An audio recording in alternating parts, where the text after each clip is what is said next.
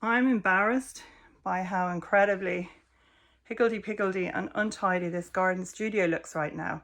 But as promised, you're going to be getting behind the scenes look at everything, so it's not all fantastic all the time. This is the wonderful, wonderful, huge, big amount of comfrey that I have just harvested today. Hanging up here, you can actually see some of the weld from last year, and in the background a couple of chairs that I'm working on for my art collaboration with Liga Valga, our tension collaboration.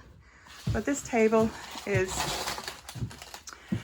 about 6 feet long, and you can see it's just covered with comfrey. Now I've left plenty outside for the bees. I've left plenty to self-seed. You can see clearly here the two different colors. That's a pink, and the other color is a purple.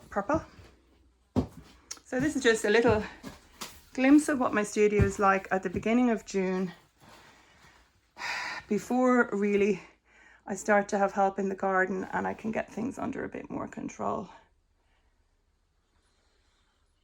Comfrey harvesting, so exciting.